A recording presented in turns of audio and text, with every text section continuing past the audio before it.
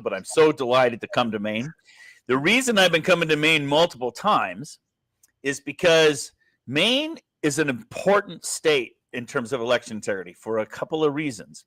And I've been focusing where I think I have the most chance of making the most progress the soonest. And I think Maine is one of those places. And so I want to explain to you why I think that and et cetera.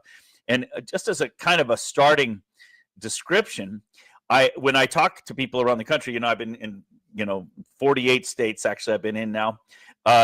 There are two.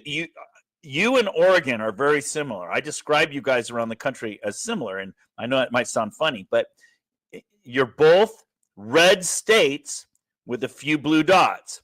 And that's most of Maine is super conservative. In fact, you have one of the best militias in the country. I'm very impressed. Whenever I travel around the country, I always ask about the local militias. You guys have a statewide, organized, beautiful militia, which of course your state government doesn't like, which is why you have a big issue coming up on your election, coming up here to do a Second Amendment, because your state doesn't want you to have power. I mean, the whole reason we have the Second Amendment, people think, oh, the Second Amendment is to, so you can defend yourself, from robbers and things like that. The reason the Second Amendment was put in the Constitution is to protect us against the government. And so the government is, trying to infringe upon that. So you guys have a big election coming up in November. And of course, I don't have much faith in that. Your elections are very corrupt in your state. But anyway, you're like Oregon in the sense that you're a red state with a few blue dots. Oregon is the same. They got 30 out of their 36 counties that are very red, 3 purple counties and 3 blue ones. And so you're similar in that respect, which is why I'm spending a lot of time in Oregon as well. Keep your ears to the tracks. A lot of big news is about to happen in Oregon. And I would like to have some big news happen in Maine. You guys are only just waking up, though, to your potential. As I travel your state, I've been teaching people 7 steps, how to take back your elections. And you guys have an amazing opportunity that most states don't have.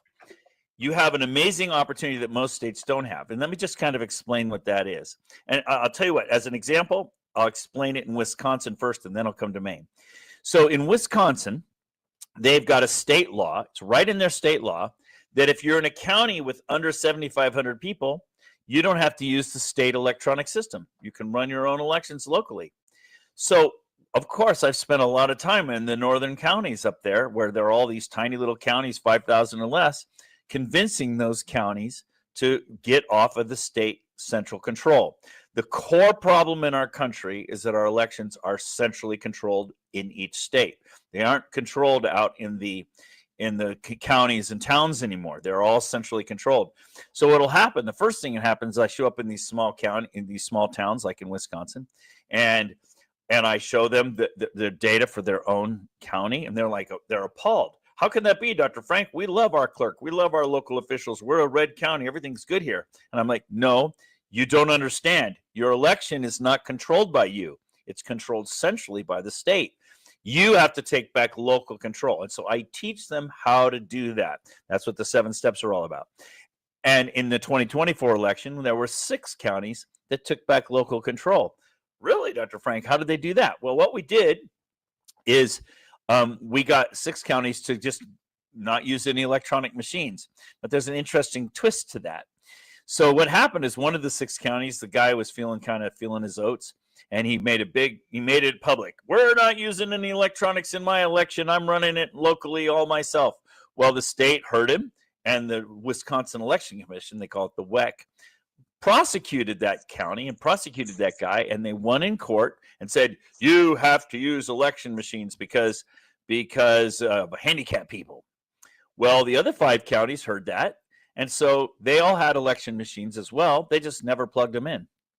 So, in other words, you can use, you didn't need to use the machines. They're small counties anyway. Now, I just gave that as an introductory story to come back to Maine now. In Maine, did you know that you get to decide town by town how you vote? You don't even have to have a limit of population like in Wisconsin. You get to decide, your selectmen in your towns can decide how to run your elections. You don't even need an election. Beautiful example of that. You mentioned John Linehan's place. Well, down in Sullivan, where John and Marlene are daily, amazing. They're amazing patriots there. I love those folks. He's a famous lobsterman there. Makes sense in Maine. But she went to her local selectmen and said, we don't want to use these machines in Sullivan anymore. This was a couple of years ago. And they agreed. Okay, we'll get rid of them. Well, your Secretary of State, Shenna Bellows, came driving down to Sullivan in 4 hours and convinced your locals to go ahead and keep the machines. And the way she did that is she said, as your county people were saying, or I'm sorry, your town people are saying, we don't want to use this stuff. It's expensive. Nobody trusts it. She says, oh, no, don't worry. It's all trustworthy, and the state will pay for it for you. We'll pay for everything, so you don't have to worry about the cost. So they capitulated. They caved to her. But the point is, where do they think this money comes from? This is our damn money. Exactly. And if you ask Marlene about it, by the way, she'll tell you that the state money ran out on it 6 months later, and you're now paying for it locally anyway. So anyway, the point is when I was there last time, someone told me, and I haven't verified this myself, but it sounds right. About a third of the towns in Maine are not using any electronic tabulators. You're doing hand counting anyway. You're these tiny, small towns, small red towns. You don't need that stuff anyway. So this is a tremendous opportunity. All we have to do is convince your local selectmen in your towns to just disconnect from the state and run your own elections. There's no reason, no legal reason why you can't, and you should. But what we're up against, Dana, is these people in each of these counties, they think it's okay. Oh, we're a small red county. We trust our officials. Everything's good here. All that shows is that they don't understand what the problem is. The problem is you're not in local control. The state's in control. And so you might think everything's good because you like your local people and you like your local officials, but it's not coming out the way you want.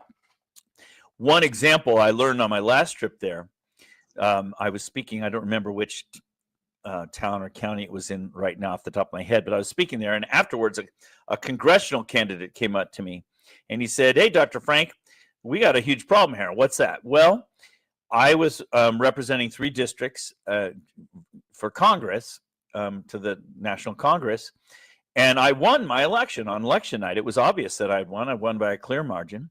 Well, the next day, Shenna Bellows called me and told me, nope, you didn't win. I've counted the Uokava votes, and they swung the election back to your opponent. And he's like, what? That was too big of a margin. That couldn't be. I want to see the list of all those Uokava voters, the people who voted in the election to overturn it. And she refused to give it to him. She says, no, I'm going to protect the privacy of those. Under constitutional law, he has, and under state law, he has the right to see every person who voted in his election. He has the right to challenge every elector. Well, guess what? She's just telling him, pound sand. Sorry, we're not going to show you that. And so it's very reminiscent of what Stalin said. Stalin said it's enough that the people have an election. It doesn't matter who casts the votes. What matters is who counts the votes. And I want you to realize it doesn't matter. Any election in your state can be overturned by Shenna Bellows on a whim, and she doesn't have to show you diddly. Nothing's transparent about it. She's basically the king of your elections, and she can tyrannically decide any outcome. The only way you're going to be able to overcome that is not through legislation. Fat chance getting your legislature to do it. The only way you're going to be able to overcome that is to take back local control, where you control every ballot that you count in your elections. And so that's why I'm coming up to Maine. I'm teaching you guys how to take back local control, and so that you can have integrity in your elections again. You look like you wanted to ask me a question. Good. Well, and I just want to say that we are very keenly aware of the cancer that Shenna Bellows is in this state, and our governor and a whole bunch of the people in our legislature. We are so sick of their shenanigans. If I told you all the stuff they did, none of it would probably surprise you because you're aware of these issues. Yep. But you would still say, even that, I mean, like, for example, they would submit a blank bill so that it had a number, and a standing in the list of bills that they're talking about, but it didn't say anything. See, They yeah, just and got in then the they would queue. and then they would just fill in the words and bring it to the floor and vote on it because they have the majority. See, Yes. secret meetings. They shut down Representative Laurel Libby. You must have heard about this. It was all over the news. She posted a Facebook post, and all she did in the Facebook post was she posted a picture of a so-called trans child who had one day said he was a boy, and he one day said, "I'm not a boy, I'm a girl." And they said, "Oh, well, then go ahead and compete against the girls in girls sports," which of course he Right. dominated the girls in girls sports and Yeah. claiming that he was a girl, which he's not. And we don't hate trans people. We're not No, of transphobic. We just course don't not. think a boy should be able to say, "I'm a girl," and jump in and start doing track meets It's against not fair. girls. It's It's not fair. ludicrous. Yeah. So she posted a Facebook post, and it wasn't derogatory. She didn't call for hate or violence. She just pointed out Yeah. a very inconvenient fact that this is a boy who says he's a girl, and that's an issue, and go ahead, deal with that any way you want, but you don't get to say, now I'm going to compete against you in a 100-meter dash. And so they censured her for that, these morons. And her punishment for doing this terrible thing, which wasn't a terrible thing at all, but they claimed it was she was not allowed to speak in the House. Literally not allowed to do her job that she was duly elected by we the people to do. They silenced the voices of her constituents just by saying, you've been bad, and we're going to punish you. And they're so smugly self-righteous, and just it makes me so angry. Don't even get me started. So yeah, we're aware. You know about Shenna Bellows. Yep. The governor's in hot water about a bunch of different things. I'm not going to go there because I don't want to take up more time with that stuff. Get back Yep. to the point that you're talking about. Yeah. So, yeah, preach on. Yeah, I love that you're angry about it, because the problem is there are not enough of you in the state of Maine angry about it. That is job one, if you ask me, is getting the word out so that everybody will get angry, and then that's the only way to take power back away from your tyrannical legislature. Agree. Yeah, Agree. and until the people are awake. And if you're waiting for legislation to fix it, fat chance. If you're waiting for Shenna Bellows to fix it, fat chance. It has to be town by town by town. And that's why I've been coming up there so much and working town by town by town. And every time I show up and talk to the local towns, they get all excited because they realize they actually have hope. Nobody really has hope expecting the legislature to fix things. But they won't. But if you can fix it locally, which you can, we can. Then that's a big deal, and then we can get momentum going. And then once you have the momentum going, then you can take back control from the state. That's really the only way we have, because right now you're being run by a tyrannical government. So dictator, yeah, absolutely. So now, if I may, I want to talk about a little bit about when you came here, you were telling us very specific things about our elections, about the numbers, and I know you didn't have that like handy when we jumped on today. But I've got it ready in the presentation. Do you see there? Oh, do you? Okay, because that is really important, and I was hoping to be able to put that right out there for everyone to see. Yeah, I'll go ahead and show the data. I'll be happy to show you. Okay, all right. So let's. Oh, sorry. You should see it down there in the gallery. Remove. Yeah, it's there. Hang on, I'm going to. Yeah, there you got it. There you go. Okay. So let me just talk about this graph. It's a nice way to understand what's going on. So this graph is from 1980 to 2024, right up to present. And the blue curve on the top, let me get my pointer going so I can guide your eye a little bit here. Here we go. Let me give a second on that. Here we go. So this blue curve along the top, this is the number of people in your state, for the whole state, that are voting age and older.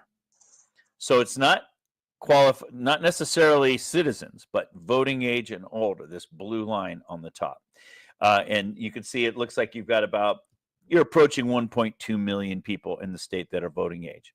Now, the black curve underneath is every 2 years, right from the Secretary of State website, telling you, it's not every 2 years, it's actually, I think 3 times a year they post it there in Maine, telling you how many people are active voters in your voter rolls. And you'll notice that it kind of jumps up and down all over the place. Your population really doesn't jump around like that. It's just that's when they're doing voter roll maintenance and whatnot. But you notice right before the 2016 election that it surged right up to your population. Now, I can tell you from my experience around the country that a clean voter rolls has about 70% of the voting age population in the voting rolls. So you're already dirty at this point. So you're especially dirty at this point. And then the fact, and you notice that after the 2020 election, your state's been cleaning it up. So doesn't that prove in the data itself that your voter rolls were dirty? And they're cleaning it up following some federal laws. Now, the total number of people in your voter rolls is actually much higher. You're at close to 110% of your voting age population in the rolls. I'm just showing here the active registered voters so you can see that it's preposterous. Now, the red curve down here shows how many people voted every 2 years in the general election. So you've got federal, midterm. You notice that when the federal elections have higher turnouts. So that's just been kind of steadily climbing with the population, but you notice your rolls are all over the map. Now, why is that important? Well, because the voter rolls decide who gets to cast a ballot. And a lot of your ballots are being cast remotely, not in person. And so all you have to do to cheat the election is just have a bunch of extra people in the rolls that don't belong there. And I think you got about 20% don't belong there at least. And all you have to do is look those people up and turn in a ballot for them. It's not them voting, it's somebody else. So just for grins, I just wanted to show you that I've done some of the counties. Here's Waldo County, for example. You notice that Waldo County's got more people in the voter rolls for the 2020 election than they even had people. Okay, so you had more active voters.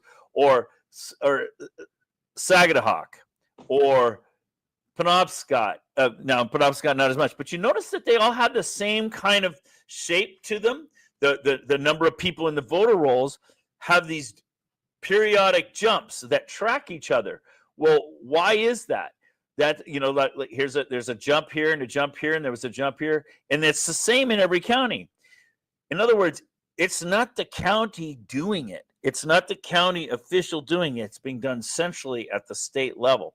So what I do is I go into counties and I show them that their local people are not the ones doing this.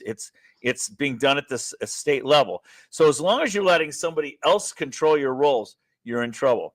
And I just wanted to tell you a story related to this. You guys may have seen it in the Maine Wire.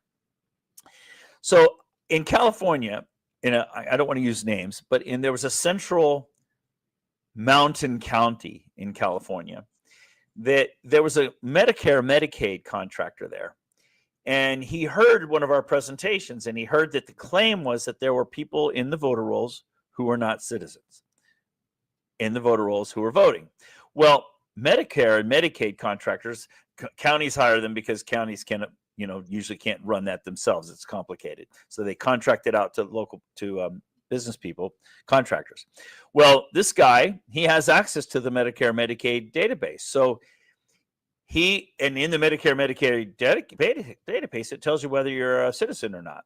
So he cross-referenced the voter rolls with that, and he noticed that there were lots of non-citizens voting in his county.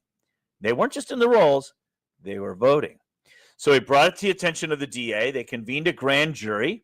The grand jury decided the facts weren't in question, but the grand jury decided that they dismissed it because they had nobody they could prosecute. And the reason they had nobody they could prosecute is because it's not the non-citizen that's voting. If you're an illegal alien in Central California, you're not going to vote in the election. The last thing you want to do is draw attention to yourself. What's happened is their names are being used by people who are harvesting those ballots using those names. So anyway, so they convened a grand jury. The jury said, we don't know who to prosecute because we don't know who did the harvesting. So they dismissed the case. So a group of people there were very upset about this. And one of them gave himself a pseudonym and published it on social media all over the country, showing how many non-citizens were voting in his election. Well, somebody in Maine with a similar situation picked up on that and ran the same kind of analysis in one of your towns there. And lo and behold, you have the same problem in Maine. You have non-citizens voting in your towns there. And that was written up in the Maine Wire. I have that article. I could show you that article. So you have this legitimate problem there. Now, if you were running your own elections locally, you wouldn't allow that to happen because you would know, hey, wait a minute, who's that guy Right. sending the polls? You wouldn't allow him to vote. It's the fact that it's being run remotely that allows this to happen. So I've just given you two examples of how you not having local control is you've lost your elections. You can't have free and fair elections when somebody else can manipulate them like that. So anyway, I just wanted you to see that this is a legitimate problem that you have. Judicial Watch filed an amicus brief against you guys in 2023 saying, hey, you got huge problems in your voter rolls and you are not allowing your citizens to audit, which your citizens have the right to do. And they won the amicus brief as well, but still Shenna Bellows will not share. So they're out of compliance. But the problem you have in Maine is your courts are corrupt, your legislature is corrupt. So it doesn't matter whether you follow the law or not. It doesn't matter whether Shenna Bellows follows the law or not. They're just going to not comply with that anyway. So that's why the recent Department of Justice investigation into you guys is interesting. They're coming down on you, and they're going to expose a lot of this. I think timing is beautiful because I know Shenna wants to run for governor. Oh, my goodness. Yeah, good luck. Yeah. Well, let's expose how what a poor job she's done. All you need is a tyrant like that.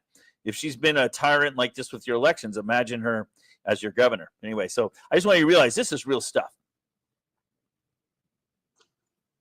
So that information that you just presented us with is, in my opinion, very compelling. And when people attempt to refute what you say, I find it's laughable. And as an example, again, there was a CNN article, I'm sure you either heard about it or you may even have read it, which it was, in my opinion, hilarious. And I want to read a little bit of this, and I'm going to tell you, this is how you discern truth from fiction, America.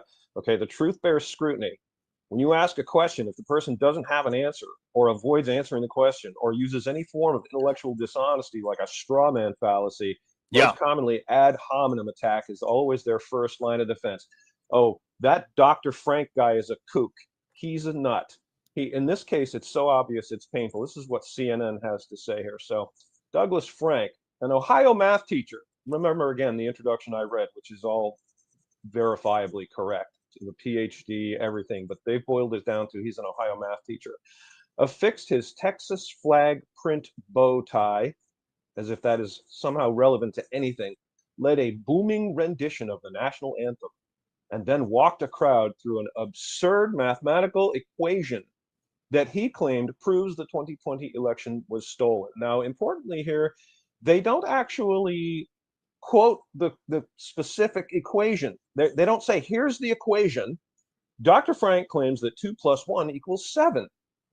Well, it doesn't. Here's why. Case closed. Nothing. Just, is bogus equation. We don't actually care about it. And then quotes him, just about every county in the country was hacked, Frank told the dozens of Texans huddled in a ballroom at a local. How are they huddled? What were you huddling? Was it cold? There were more than 100 people there. It was a large ballroom. Why were you huddling? I don't understand. Are we huddled now? Like, this is so dishonest. How do people read this and take it seriously? Then they go on. Oh, when he finished speaking more than 90 minutes later, I guess they're trying to tell us that was a long time and that's a bad thing. They gave him a standing ovation. Well, what a bunch of stupid suckers they must be, right?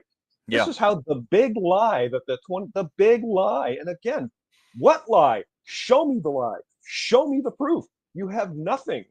So I'm telling you, folks, this drives me crazy. And then people quote this stuff. And when I start quoting facts, they get mad and they start acting like hysterical little children. And it's ridiculous. So getting back to your point earlier, because I'm all about solutions. Yes. Doug, I'm telling you, I have heard so many complaints and people are always complaining. And I've been posting in social media. I've been making these videos. I've been trying to work with people, work with allies. And it's a very, very frustrating process because everyone loves to complain, but no one wants to do anything. And the moment I say to them, they go, well, someone should do something, or I wish there Yeah. was something I could blah, blah, blah. And I go, oh, well, I'm glad to hear you say that. Here you go. And I tell them the action steps we need to take. Yes. And 9 out of 10 of them immediately say, that won't work. It Right. doesn't matter. The Right. stupidest thing they say is they say, well, we need to go all 1776. Oh, so you're going to pick up a rifle and go Yeah. somewhere? Yeah. Where are you going? Right. What do you hope to accomplish? What enemy are you going to kill? And is the Yes. rest of the nation then going to go, oh, okay, well, now we're following you? Because don't be stupid. You know, the tools are there for us. Yes. All we have to do is unite, and everyone has to do something. Yes. And it involves, as I've been saying for decades, and always get shot down, talking to these people. You know, write a letter, an actual physical letter, and say, my name is, Yes. and I live in, and I am a tax-paying constitutional American, and I am writing to you about this issue, and this is how I feel about it. And I expect you to respond to me, and I expect you to do the right thing, like Shenna Bellows, okay? That information that you are hoarding, that you claim you're Yes. the queen now, and you Yeah. get to decide what goes and what doesn't. No, you work for us. Preach. So we're not your servants. You are our servant, and Yes. we're your employers. And you don't go to your boss and say, I'm not going to tell you this thing about your business because I've determined that you don't deserve to have it or can't have it. No. And all these corrupt courts can be fixed, but we have to hold them accountable. As soon as a judge renders a verdict that is unconstitutional or flagrantly Yes. ignores evidence presented, there Yes. needs to be a large public outcry and a move to impeach that person Yes. and have them. And impeachment can be followed by jail time, and should be. And imagine how good it would be to see one or two of them get held accountable and watch the others fall into line. That's going to happen. That's going to have to happen locally, though. You're not going to be able to, because that's where you have power. Can you put my screen back up? I accidentally took it down a minute ago. I wanted to show you one more thing.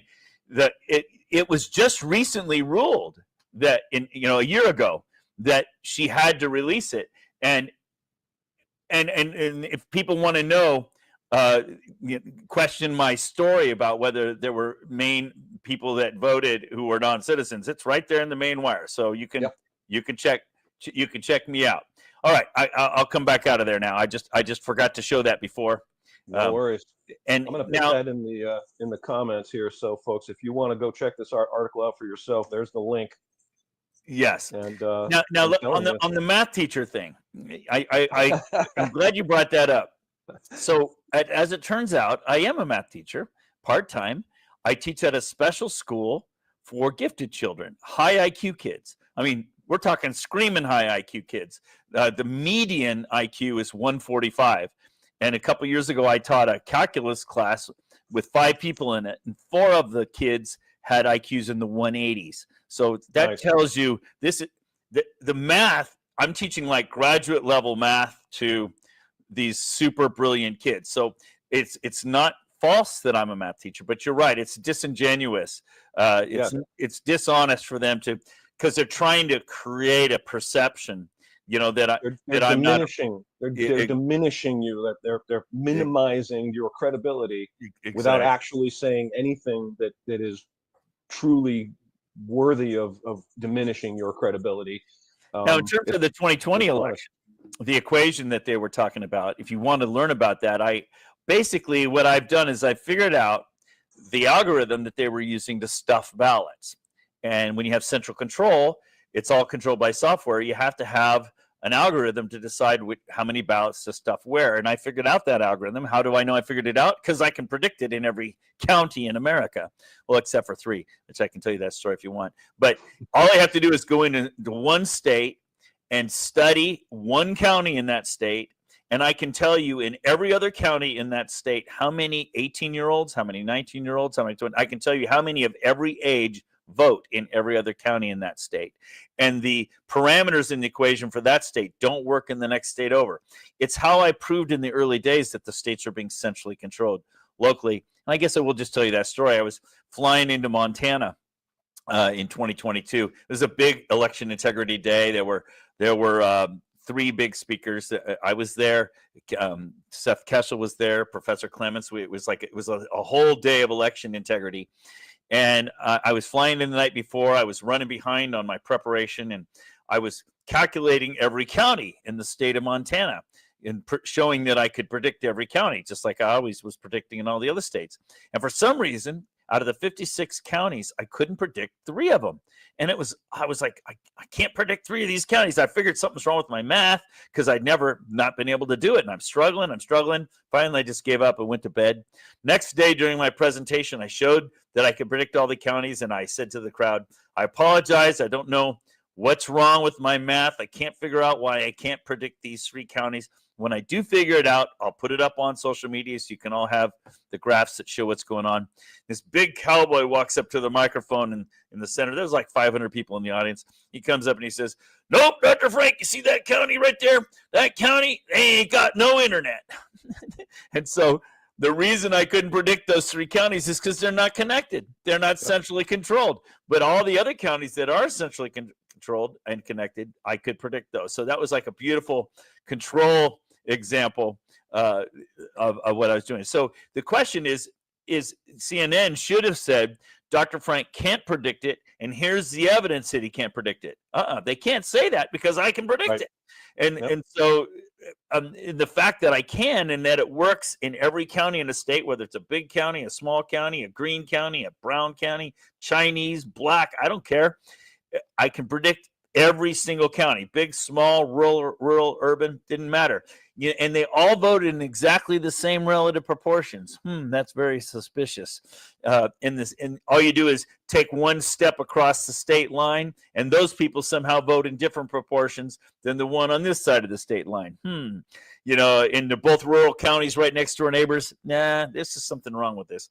So that's what I was proving in the early days. And the problem with that kind of evidence is it's great evidence. It proves my point that they're centrally controlled.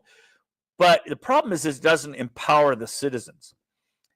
What I've learned is you can complain. It's sort of like, let's say I come to your town and I say, wow, your death rate went up 1%. Everybody's going to go, oh no, we got to do something about it. And your selectmen will say, let's hire more police or whatever. Let's get more detectives, whatever. But if I walk into town and start piling up bodies in the middle of your town council room, things are going to happen. There's a difference between statistics and having bodies. And what I've learned in the election integrity movement is I can give you all the evidence. I can show you graph after graph. I can show you statistics after statistics to show that you have a disaster on your hands. But if you can't prove the local harm, the people aren't motivated. So I come into the towns, I give them a copy of their own rolls, and I show them how to find fraud in their own town. Then when they find fraud in their own town, everybody's shocked. How could that possibly be? We love our leaders. We love our clerk. This doesn't make sense. And I can say, aha, the reason this is because you're not in control of your election. Somebody else is. You need to take back local control. Here's how. So that's what I've learned. I'm ineffective unless I can get the local people motivated by having them find fraud in their own election. Think about it. Every fraudulent ballot is nullifying one of the real ballots of a real citizen. And so, how do you like your ballots being canceled out? You don't like it. So it motivates people. So that's kind of where that's come. But that CNN story was pretty fun. They in that CNN story, they also brought in a guy named Justin Grimmer from Stanford University, who was, every time I testify anywhere around the country, that's who they trot out to testify. He shows up. He's the opposite voice. And so what happened, I was up in Coos County, Oregon. Remember I told you guys are like Oregon. I was up in Coos County, Oregon, and the county officials there held a 3.5-hour public workshop. The county supervisors did. And they invited me in, and they invited in Justin Grimmer, and we had a public debate. It was awesome. I wiped the floor with this guy. He kept saying, you can't predict this stuff, Dr. Frank. So I would just show a graph. Here's my prediction. Here's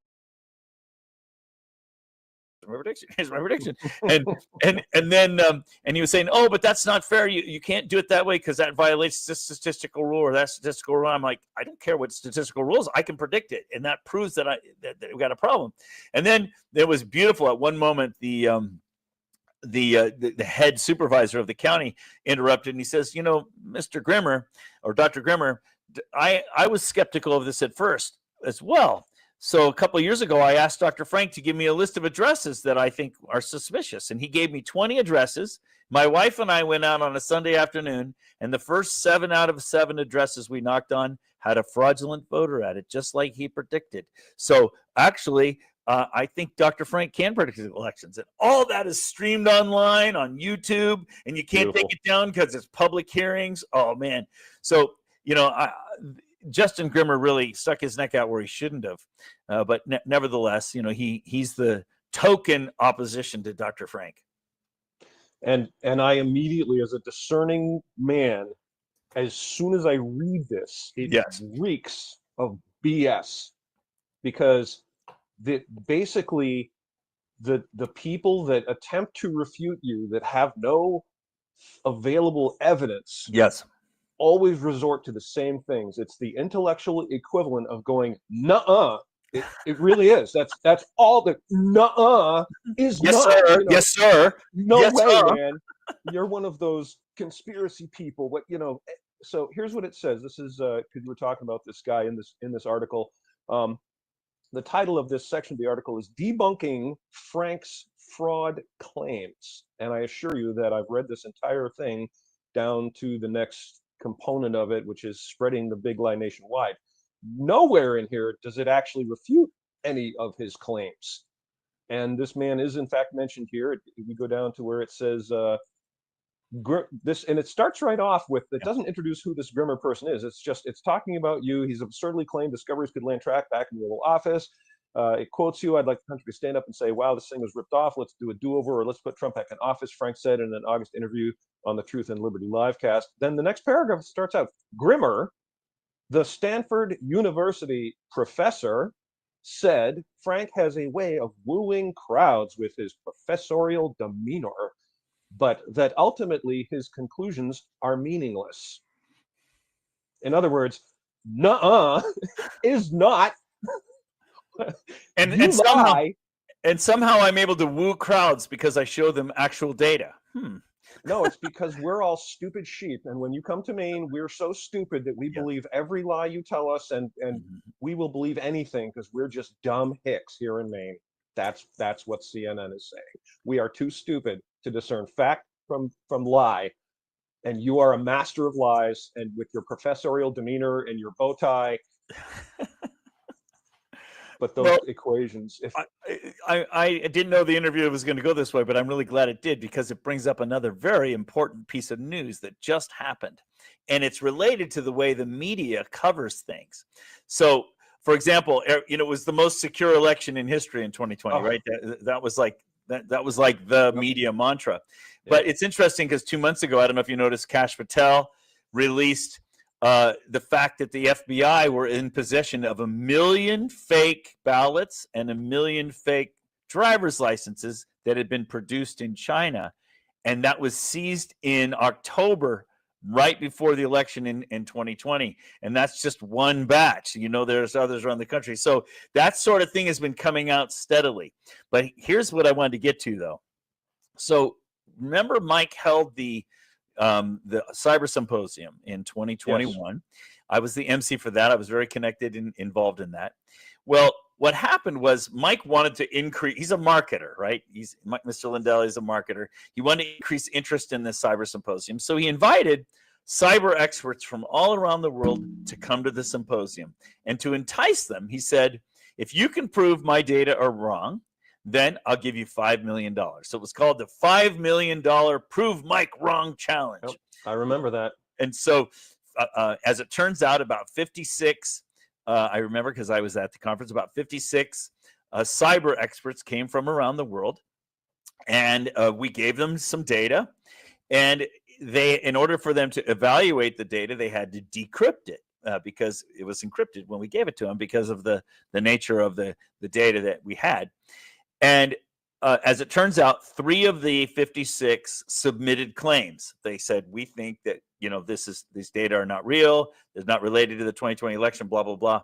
Well, what was really going on is I helped to write the rules for the contest. Okay, the $5 million challenge. And we said right in the first paragraph, in order to win the $5 million challenge, you have to prove by the Thursday evening deadline, because this was a Tuesday, Wednesday, Thursday conference. You had to prove by the Thursday evening deadline that the official data that we are giving you is not related to the 2020 election. We didn't say whether it was real or not. It says you had to prove that it was not related to the we said unequivocally prove it's not related to the 2020 election. Well, there were 3 submissions, 3 challenges, and I served on the committee that analyzed the submissions, and we rejected all 3 of them. None of them were even close. Well, about 6 months later, this guy Zeidman challenged that. Now, he challenged it. Now, in the rules, the fine print, there's always the contests and the fine print. In the fine print, it said at the bottom, if you don't agree with the committee's ruling on it, you can appeal it, and it will go to binding arbitration. That's how it was going to be settled. That's like the 20th paragraph in the 2 pages of rules. So it went to binding arbitration because he challenged, and I testified for 4 days in that case as well, in the binding arbitration. And I had explained to the judges how the data was acquired, how, what it looked like, how it had to be decrypted, and we decrypted it right in front of the judges. We brought in a guy, he decrypted it, we showed him. It's full of 2020 data. It's obvious. I think it's an open and shut case. But nevertheless, the judges ruled in favor of Zeidman. Now, the reason I'm telling you this story is because this made huge news, national news, and it was spun over all the country. Mike's data is debunked. Right? Mike's data is debunked. Mike's data, no, it just means that this award was given to this guy. Well, I told Mike afterwards, I said, I don't know, and I told his attorney, Kurt Olson, I don't understand. This is open and shut case. The guy did not win the challenge. He had to prove this was unrelated to the 2020 election, and we decrypted the data right in front of the judges, and they could see it was 2020 election data. So I don't understand. Well, Mike appealed it, and just 2 weeks ago, in the federal court, 3 out of 3 of the federal judges overturned the binding arbitration. And I remember telling Kurt Olson, I said, I don't understand. We got to appeal this. And Kurt said, yeah. But binding arbitration is binding arbitration. They never overrule binding arbitration. It's binding. Wow. Well, it's the first time in 40 years. That's amazing. This is huge because every court case you hear on election integrity, oh no, that's all been debunked. It's all been debunked. No, that's overturned now. That's really big news. So that's a really important thing. Now we'll see whether the media discusses that or not.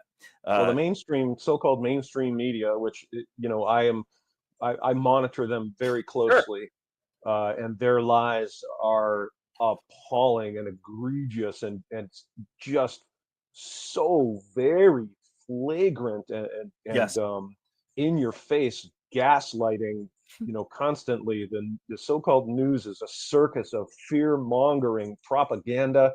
It's always the headlines are always growing fears, growing concerns, terror, deadly fire, deadly tornadoes, deadly hurricanes, tsunamis, yes, and shark attacks. Now, I understand that if you get bitten by a shark, that's a really, really big deal for you. It really is. And for everyone around you that has to witness it, for the EMTs that come, put the tourniquet on you, all that stuff, okay? Yeah. But if you look at the number of times sharks attack people in this country, as opposed to the number of times people die because of medical error, which is the 3rd leading cause of death.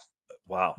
A woman, there was a story in our local news here recently about a woman who went to get surgery, and I cannot remember the specific surgery, but they, instead of doing what they were supposed to do, they took out her bladder. They literally took out this woman's bladder. That's irreversible, man. Yeah. So now she's, they had to do. She carries a bag now. Reconstructive surgery to try to build her a new bladder, and she's having UTIs and infections, and of course that and that's not unusual. That the medical industry is a joke, but they're telling you that this little girl in Florida had her hand bitten by a shark, which again for her is horrible, and for her family, I agree, it's horrible. Yeah. But what about these the millions of people that are getting murdered in hospitals? Isn't that a bigger story?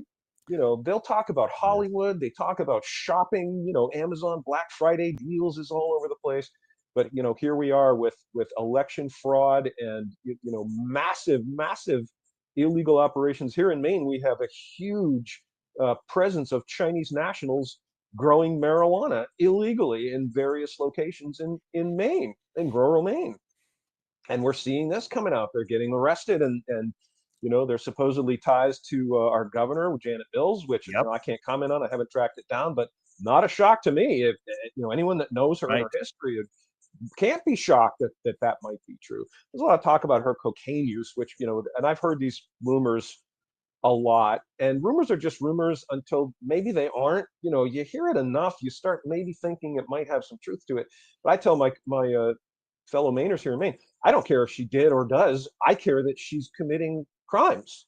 She's doing things that are unconstitutional. She's perjuring her oath. She's a Yes. traitor. She should be arrested and tried with treason. That's as simple as I can make it. And if she does Yes. coke, well, that's on her. I don't care. I really don't care. It's neither here nor there to me. Anyway, I digress. Those of you watching, if you have not seen the documentary 10,000 Mules, you really should. Okay. 2,000 mules. Oh, 2,000. Okay, thank you. Mm-hmm. So, in essence, there are hundreds of videos of people showing up at voting Yes. ballot boxes, Yes. unloading hundreds of votes and feeding them in at all hours of the morning. And of course, Yes. we're told this was the most secure election in history. Yeah. How do you reconcile those two things? Those do not jive. You can't have someone showing up with a box of votes, ballots. We have no idea where they came from, Right. who they are, and feeding them in to this machine.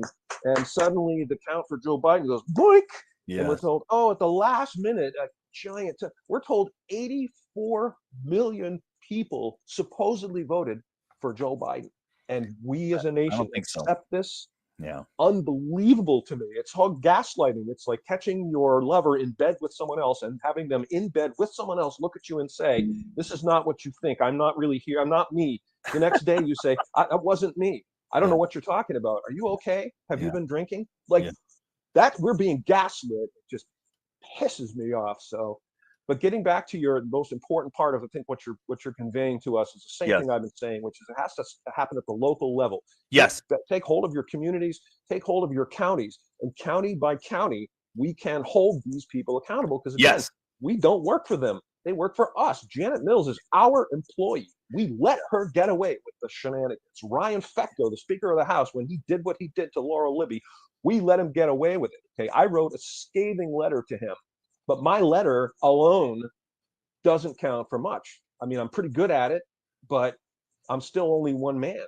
If everyone in Maine wrote the letter, wow, you would see some heads turning right there, and they'd be backpedaling mighty fast because they would know that their position is in jeopardy, which it should be. He should be impeached. That's a whole different podcast right there. You put your finger on the problem is that there's not enough angry citizens. And I like what Plato said. Plato said the penalty for refusing to become involved in politics is that you end up being governed by your inferiors. And that's the situation we're in. Conservative people, we don't believe in government. We want government to be small and unintrusive and out of here. So we don't get involved in government. The problem is by us not getting involved in government, it's become involved, swarmed with people who do believe in government and who use it. And those tend to be conservatives. And they tend to be inferior people. Not saying that liberal people are inferior to conservative. I'm just saying that Plato says you end up being governed by your inferiors. And they're not just inferior intellectually, they're inferior morally and ethically. And so I'm not a bit surprised that you've got a governor who's a cocaine user, if that's a rumor. But fine, I wouldn't be a bit surprised. These people are trash around the country. We only have two good secretaries of state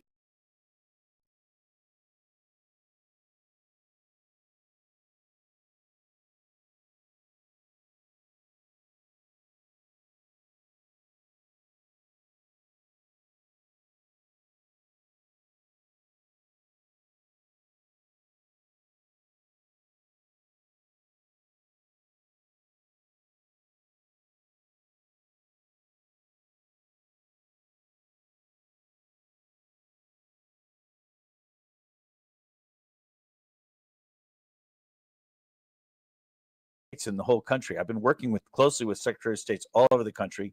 There's one in Wyoming. His name is Chuck Gray. He's awesome.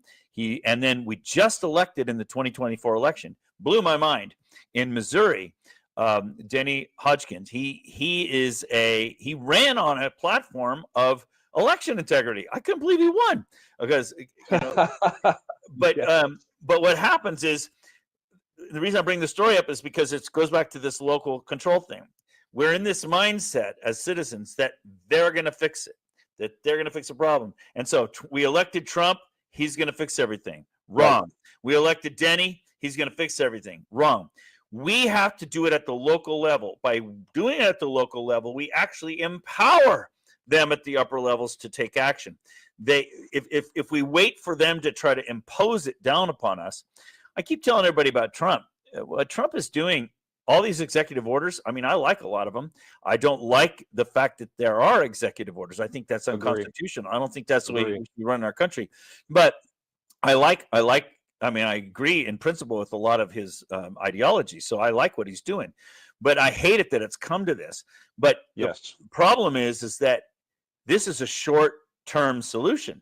The next president could just undo all of it. And furthermore, I've already run the numbers, and I have a little tease, and I'll explain it more when I get there. But Trump did not win the 2024 election. People are surprised by when I say that, but he did not win the 2024 election, and I'll explain it. I don't have to keep you waiting. I can explain that in a minute. But he didn't. But if you look at historical data and historical patterns, which I do, I'm a modeler.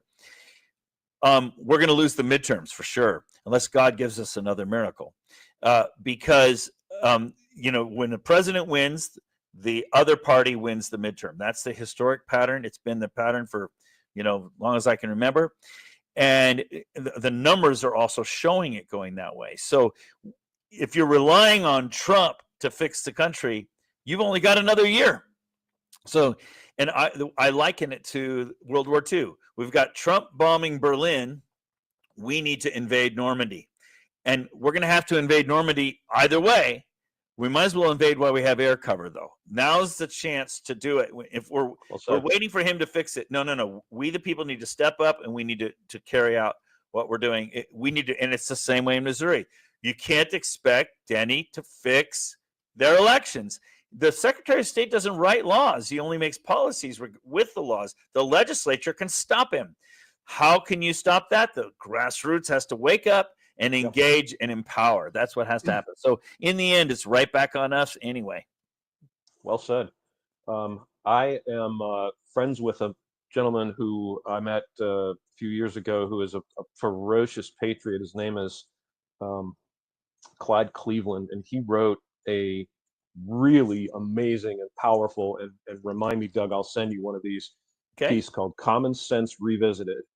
And one of the key components of what he talks about in this is exactly what you are discussing right now, which is called bottom-up government. Yep. And he explains how this was developed, how the Romans developed this system. You had a unit of 10 citizens that had one person that would represent them in feelings of a higher nature, and then out of the 10 of these people, you'd have one that would represent you at a higher level. But it all was about local control, local authority. And I've been trying so hard for decades to help Americans know and understand their rights. I call this program lawful jujitsu, because if we all know our rights and we can enforce that, and we can protect each other, and if we see someone being deprived of their rights, we have to speak out, because that person's rights are our rights. If that happens to him, it can happen to you. I did an interview with one of the J6ers, as they're known. His name is Stuart Parks. He's from Tennessee. And this is the summation, and this is, with God as my witness, this is an accurate summation of what happened to him on January 6th. He went to Washington. He was with all the people. They were protesting. They were, and from everyone that was there that day, I know a lot of people that were there, and they've described this as a momentous, joyous occasion. It was completely peaceful. No one had a torch or a pitchfork. No one was suggesting that anyone break windows or light police cars on fire. until a specific time when a bunch of people showed up, men all wearing MAGA gear and MAGA hats, and all of a sudden there was agitation going on in the crowd. Well, meanwhile, the Capitol building was open, folks. It wasn't closed. There were no locked doors in the Capitol building. The police opened the Capitol building. People were walking into the Capitol building because it's a public place of public ownership. It's our place. And they weren't. No one, again, was committing crimes. Stuart Parks has no criminal record, no violent history. He went in, he walked around. He told me, I've done an interview with him. You can see it on my YouTube and BitChute. He said he just walked in and was walking around the place. The police were there. No one said, you can't come in here. No one said, this place is off limits. The doors were open. People were walking in and out, looking at things, picking up brochures. Yeah. Okay. At some point, someone comes to him and says, you need to leave. A police officer, you need to leave. He says, okay. And he leaves. Yeah. He gets arrested by the FBI, charged with trespassing, thrown in federal prison for 8 months in a hellhole of a federal prison. Wow. He did nothing wrong. This is purely punitive. It is the enemies of our republic punishing those of us that dare to get together, peacefully demonstrate by creating agitation, by hiring agitators and dispersing them in the crowd, attempting to coerce and entice the crowd and entrap them into committing crimes so that they could be held up. And we keep hearing this word insurrection, and that makes me livid every time they sell that lie, this insurrection, violent insurrection. It was not a damn insurrection. Okay, it was a bunch of yahoos breaking windows and refusing to cooperate with police to some extent, and the vast overwhelming majority of them were paid agitators. So the entire thing was a farce, and they completely ignore. And let me show you this, if I can find this picture. I have a picture that was taken by one of the people that was there, and I'm not sure how this was taken, but this was a sort of aerial shot. What evidence did they have against this guy that a judge could put him in prison for 8 months? None. It was a farce. The entire trial was a complete farce. He presented the evidence. No sane, rational person could have said he was guilty of trespassing. Everything I just told you is factually correct. I have no doubt you're correct. I was with a young man, like a 30-year-old guy in Central California, who also was at the J6 event. He also went in the building. A guard even welcomed him in, and when the guard said leave, he left. Okay. Well, he was taken into custody by the FBI and put in solitary confinement for 3 weeks. Okay. Unbelievable. Before he ever saw a judge. Okay. That, to me, that is right there. That is torture of a citizen. When he finally got to stand in front of a judge, there was no evidence. Zero. So the judge released him. Now, wait a minute. You can just pick up a citizen and put them in solitary confinement for 3 weeks? That's not okay. It's a direct, glaring, obvious violation of the Constitution, which clearly states that you are never to be deprived of your life, liberty, or property without due process. Yes. So what happened to him was he was kidnapped. First of all, by the government. I don't use the devil's terms. I use the truth, because the truth is the sword of God. He was kidnapped, okay, and falsely imprisoned, and everyone who participated in it was guilty of acting under color of law, which is a felony. And they all need to be arrested, and they all need to be charged with these crimes and punished according to the law. And I want to see that happen. The other story I tell about J6, since that came up, is I have a dear friend who's very wealthy. I don't want to use names, in Southern California, who also happened to be there at J6 that day, but he didn't go in the building or anything. He was just there. And he's very wealthy, and a team of lawyers came and accused him of insurrection. And he said, show me the evidence. Well, they don't have any evidence. And he says, how can you prosecute me? And they said, well, we have a whole team of lawyers, and we can spend hundreds of millions of dollars, and you've got hundreds of millions of dollars too, but we're going to have tens of hundreds of millions of dollars, and we're going to just be able to keep pushing on you until you run out of money. So they're going to do lawfare against them as well. So they were using intimidation and lawfare. By the way, he was one of the J6ers that Trump pardoned. And Sidney Powell was working on his case as well. He was.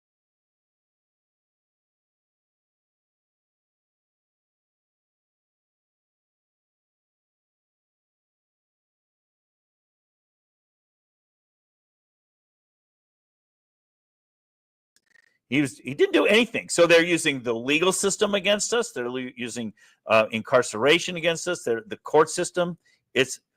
We are in bad shape, my brother. And if the only way to fix that, you're not going to be able to fix it from the top down. We have to fix it from the bottom up.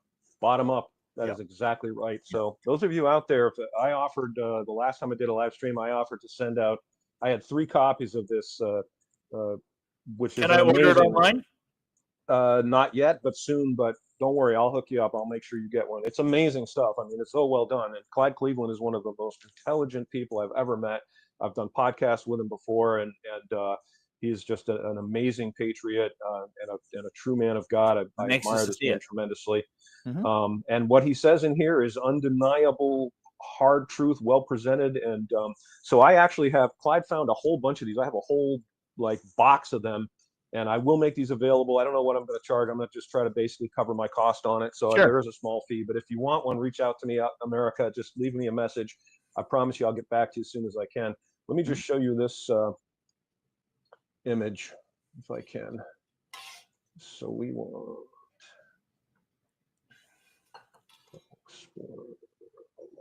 No, that's not it. Okay, so come on. Where are you? No. We want you to share and screen and let's do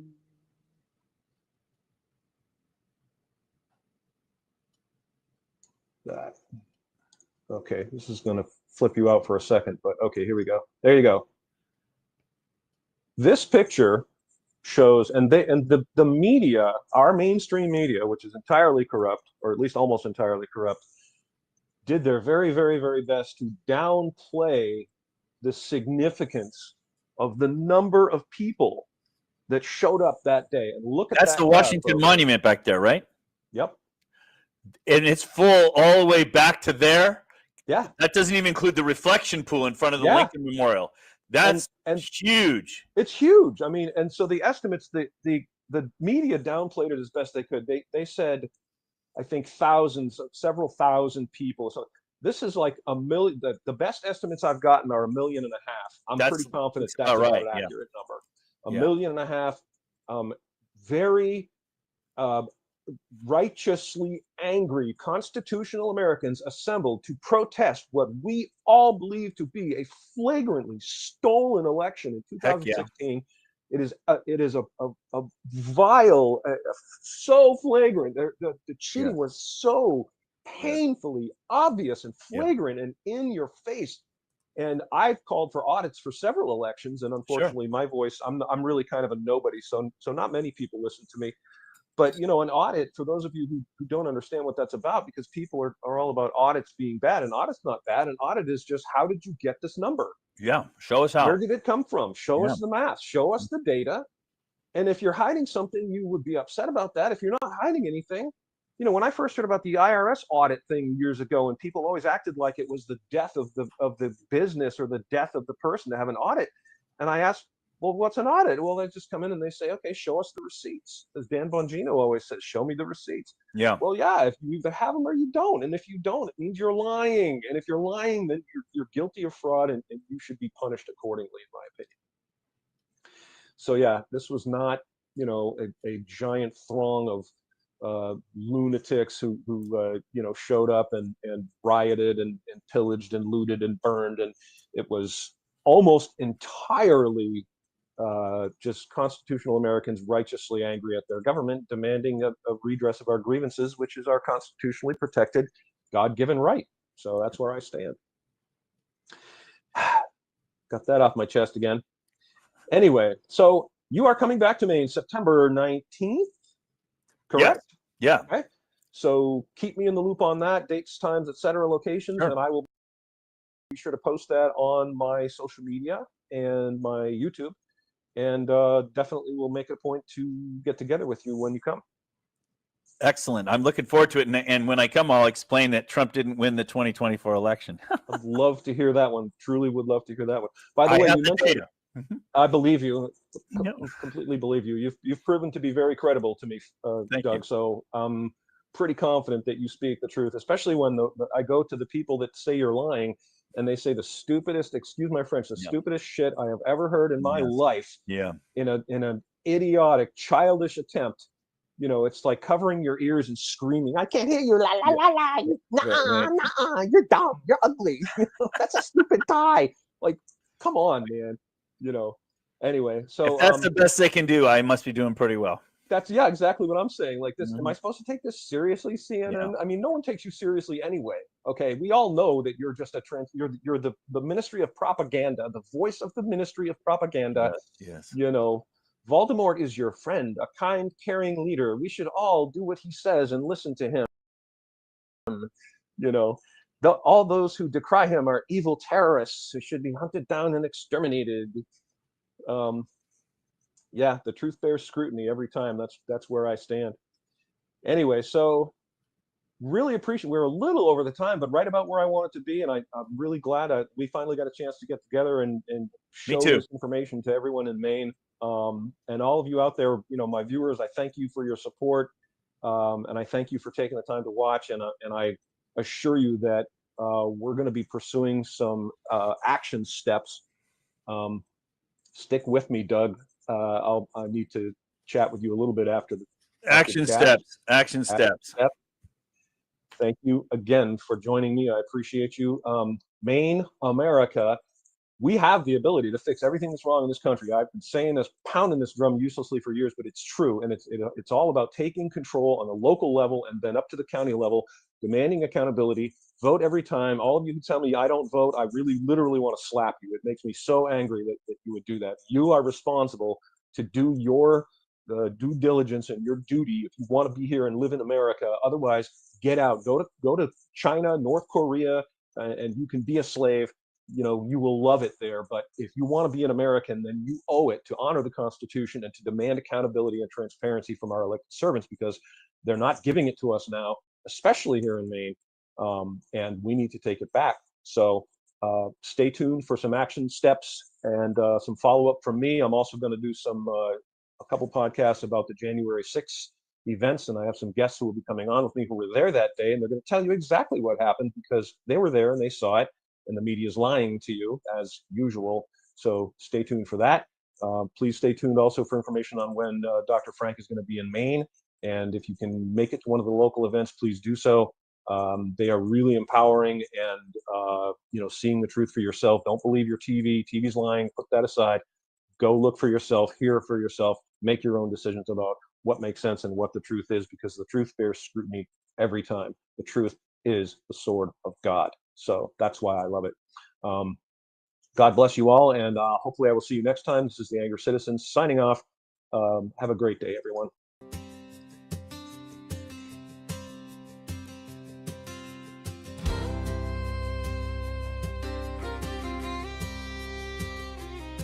There's an angry citizen. His voice is getting loud. He's been shaking up the people, and he's gonna shake the ground. He says, wake up now, people. Look what they're doing to our town. We gotta wake up now, people. Look what they're doing to our town.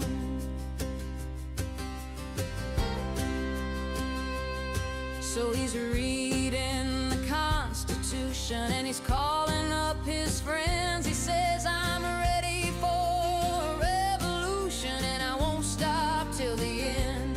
He says, wake up now, people. We can't let this happen again. We gotta wake up now, people. We can't let this happen.